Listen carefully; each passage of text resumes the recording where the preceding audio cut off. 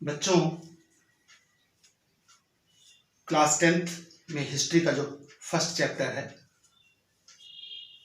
हम लोग उसी का एनालाइज कर रहे हैं। और इसमें जो दूसरी टॉपिक है the making of nationalism in Europe, इसमें एक पॉइंट बनता है कि वियना कांग्रेस में जो बर्बन फैमिली या फिर यूरोप में दूसरे स्टेट्स बनाए गए कंजर्वेटिव, वो किस तरह के थे स्टेट्स। तो इसमें एक पॉइंट बनता है कंजर्वेटिव रिजाइम्स सेटअप इन 1815। पहली बात आती है कि दे वर ऑटोक्रेटिक। कंजर्वेटिव रिजाइम सेटअप इन 1815 वर ऑटोक्रेटिक, क्योंकि वो किसी भी तरह से अपना कोई क्रिटिसिज्म या डिसेंट इसको बर्दाश्त नहीं करते थे और वो सारी एक्टिविटीज को वो हमेशा मिटाने का प्रयास करते थे जो उनकी अपनी लेजिटिमेसी को ठेस पहुंचाती थी।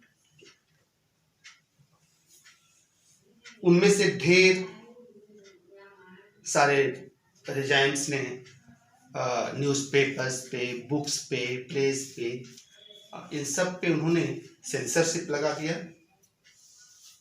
और वो बुक्स जो लिबर्टी या फ्रीडम की तरफ बात करते थे, जो फ्रेंच रिवॉल्यूशन की तरफ थी, उस सब पे उन्होंने सेंसरशिप लगा दिया।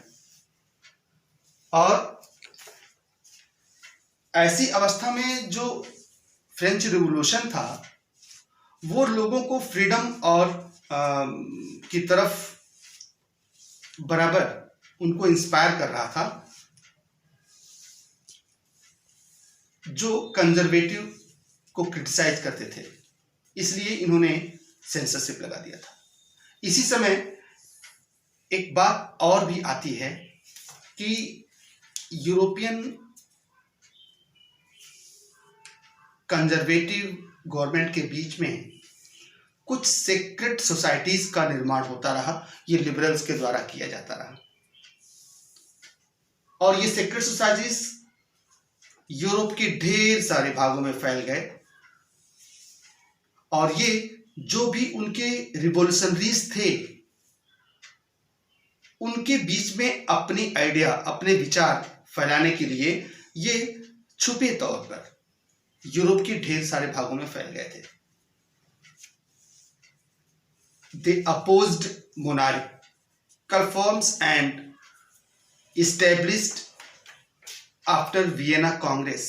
जो भी वियना कांग्रेस के पास एक राजसी तंत्र का तरीका जो अपनाया गया था, they opposed, वो उसका विरोध करते थे और हमेशा अपनी फ्रीडम और लिबर्टी के लिए लड़ाई लड़ते रहते थे।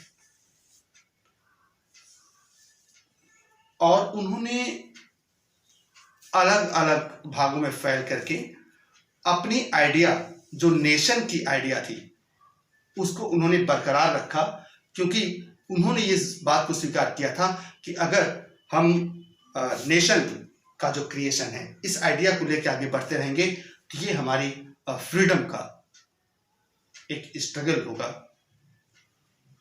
इस तरह से यूरोप के ढेर सारे भागों में सीक्रेट सोसाइटीज का भी निर्माण होने लगा था। ऐसे ही एक रिवॉल्यूशनरी व्यक्ति का नाम आता है जोसेफ मैथ्सनी। वो उसकी चर्चा हम अपने अगली वीडियो में करेंगे। बस आज के लिए इतना ही।